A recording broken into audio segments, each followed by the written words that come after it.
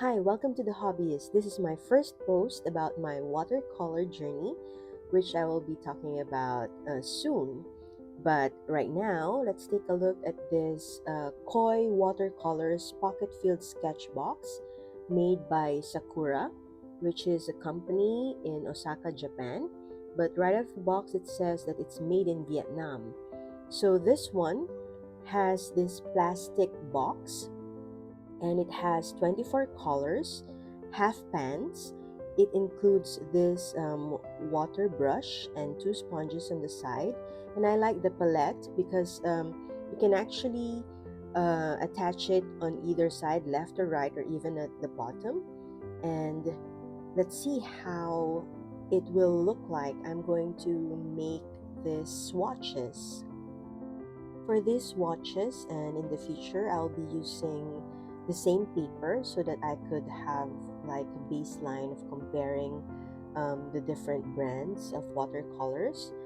Like I said, this is my first post about my watercolor journey, and the paper that I'm using is Canson watercolor paper, the fine face, and it's 100 pounds or about 150 GSM.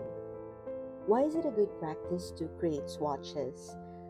For me, my reason for creating the swatches is, I guess, just like everybody else, is to give me an idea how the watercolor behaves, the different characteristics, especially in the paper that I'm using, because how it behaves in different paper is also different. So if I'm going to use this paper for my future artwork, at least I know how it would look like. And also, as you can see here, there are darker lines in each square. This is for me to see the opacity or transparency, and also how fast it dries. Does it stain? And when it dries, I want to test also the liftability. So which means that can I repair certain work if it dries up and I add more water? Can I lift the colors? And then also, how does it look like? The pigments, because when you look at the pans, doesn't necessarily mean that that's already the color. Sometimes it could be very different when you add water in it, and a lot of people have different favorites, and it's also a good reference to just take a look at the different swatches if you plan to create something like landscape or portrait, and also to see the granulation. Is it chalky, and does the color change over time? So there are many reasons why people um, create swatches for their favorite medium in creating art. And as for me, I love any form of art, whether it's performance art or visual arts. And full disclosure, I really don't know how to create art. That's why I'm saying that this is my watercolor journey. And I have done acrylic. I tried acrylic painting and oil painting before. Um, but watercolor for me, it's quite intimidating because of the unpredictability on how watercolors behave. So now I'm ready to take up the challenge. That's why I am recording this, because whatever the output is, then I could compare if I am getting better at it, and I could learn from what it is that I am doing. So, as you can see, I have written the names under the box, um, and from left to right, I'll just read out of the box. And I don't think that it has the standard code for each of the colors. It just has its number, specifically for Sakura half pans, I guess.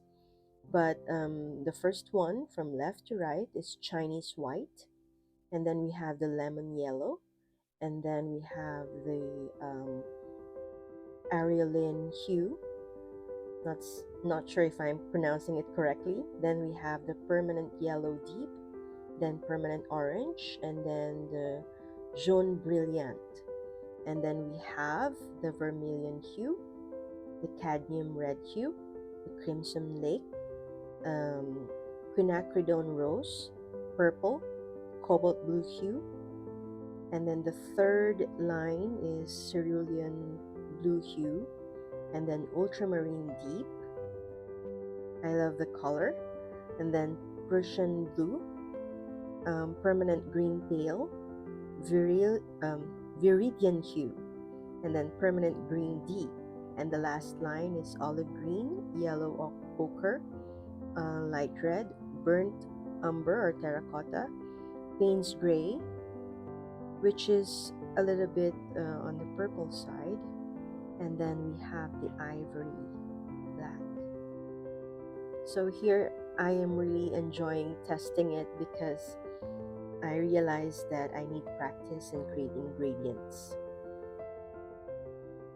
And I love how it behaves in the paper. So I decided to create a landscape art.